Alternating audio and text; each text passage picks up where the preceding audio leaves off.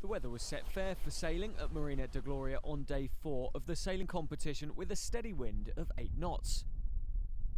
It was the 3-person keelboat who set off for the 7th race of their series, with Australian team of Colin Harrison, Jonathan Harris and Russell Bowden leading the standings from USA and New Zealand.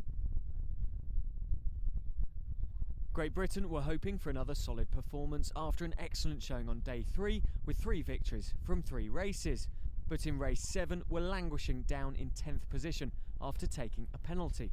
They managed to catch up with the leading pack by marker 3 and finished in 5th place. Australia led the race throughout and were looking comfortably in control at the final mark.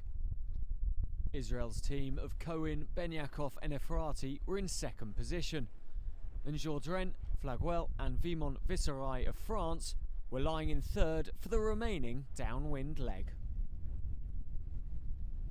Nobody could get close to the Australians though, who crossed the line victorious.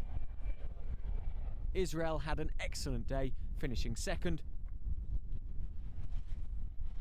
and France came home in 3rd.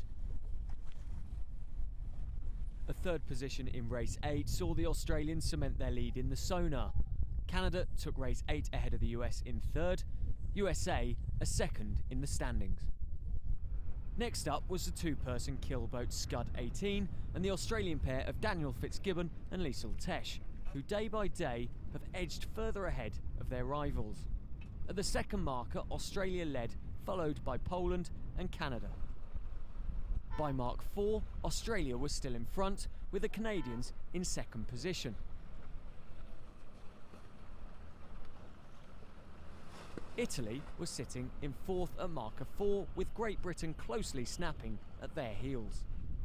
How do you stop 2 Australians in a boat? Well, in the Scud 18 fleet, it would seem nobody has the answer. Canada finished race 7 2nd, with Poland crossing the line 3rd. Another win for Australia in race 8 saw them extend their lead. Poland and the US were 2nd and 3rd in the latter race. The top 3 after 8 races gone are Australia, Canada and Great Britain.